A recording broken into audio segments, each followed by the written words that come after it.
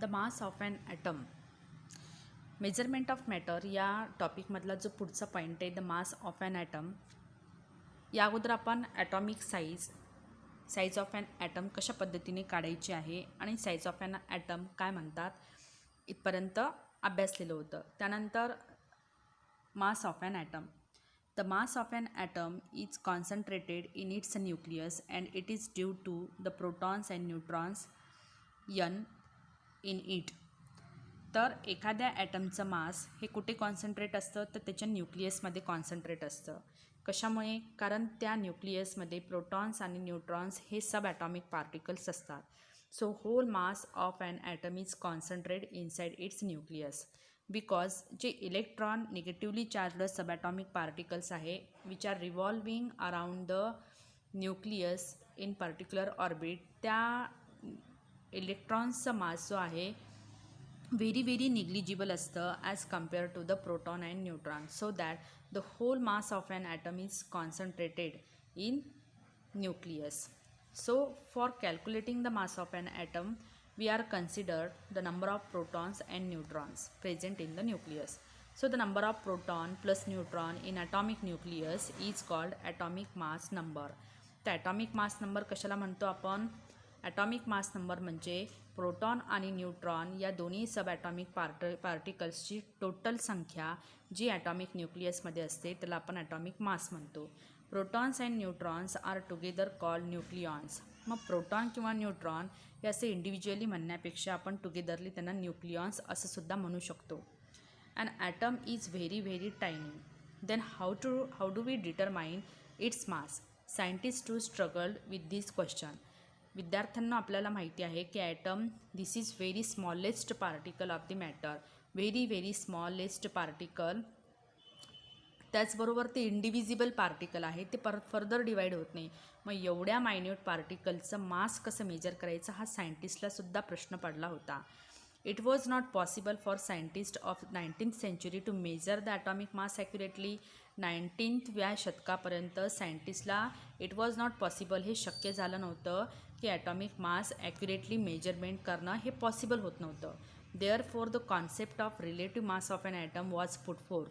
त्यासाठी ॲटमच्या mass calculate करण्यासाठी relative mass of an atom ही संकल्पना अस्तित्वात आली. A reference atom was required for expressing the relative mass of an atom. The hydrogen atom is being the lightest was initially chosen as reference atom. म्हणून कोणत्या तरी ॲटमला reference atom consider करून त्या reference ॲटमच्या with respective बाकीच्या एलिमेंटचे atomic mass काढणं ही पद्धत सोयीस्कर वाटत होती. त्यासाठी हायड्रोजन ॲटमची इनिशियली निवड करण्यात आली ॲज अ रेफरन्स ॲटम. कारण हायड्रोजन ॲटम हा लाईटेस्ट ॲटम होता as compared to other elements. The relative mass of a hydrogen atom which has only one proton in its nucleus was accepted as one. हायड्रोजनमध्ये एकच proton त्याच्या न्यूक्लियसमध्ये असल्यामुळे त्याचं atomic mass हे one consider केलं गेलं.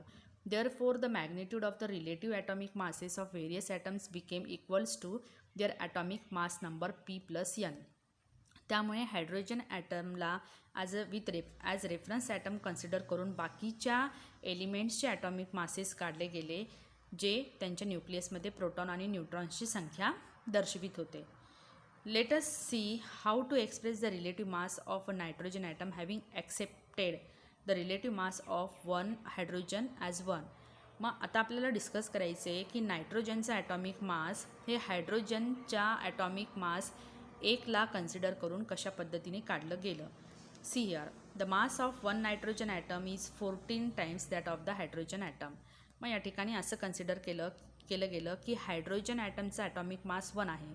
मग 1च्या 14 पटीने नायट्रोजन ॲटम जो आहे तो 14 पटीने जास्त मास दाखवत होता. म्हणजे त्याचं जे वस्तुमान आहे 14 पटीने जास्त भरत होतं. त्यामुळे नायट्रोजनचं ॲटॉमिक मास काय 14 हे कन्सिडर केलं गेलं.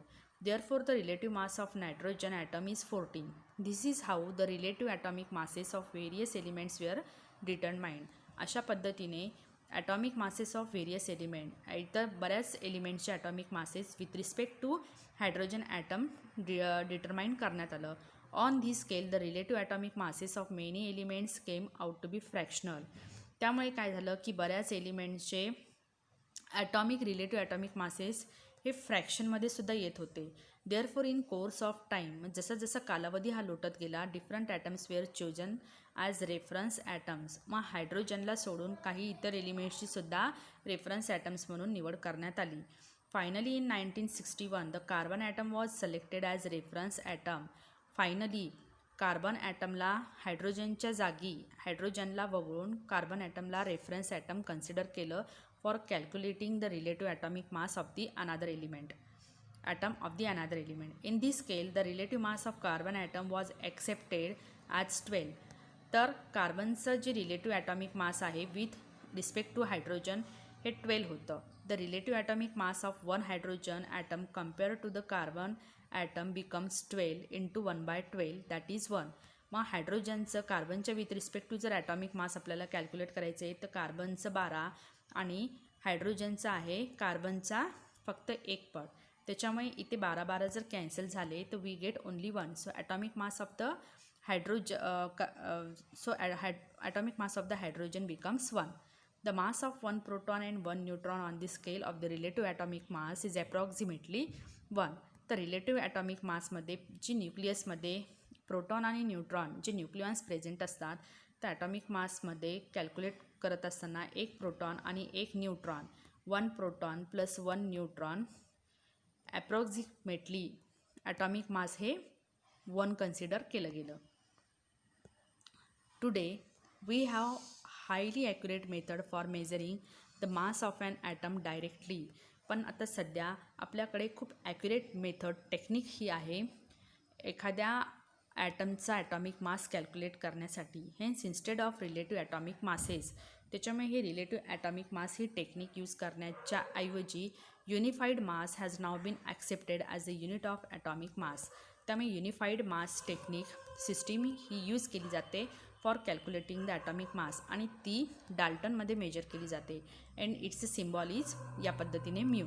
So 1 mu is equal to 1.66053904 into 10⁻⁻27 kilogram.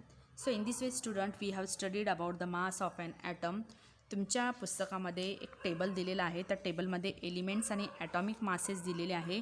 ते तुम्हाला काही ज्या व्हॅल्यूज आहे त्या टेबलमध्ये कंप्लीट केलेल्या आहे. Remaining values you have to complete it. So in this way we are completing atomic mass.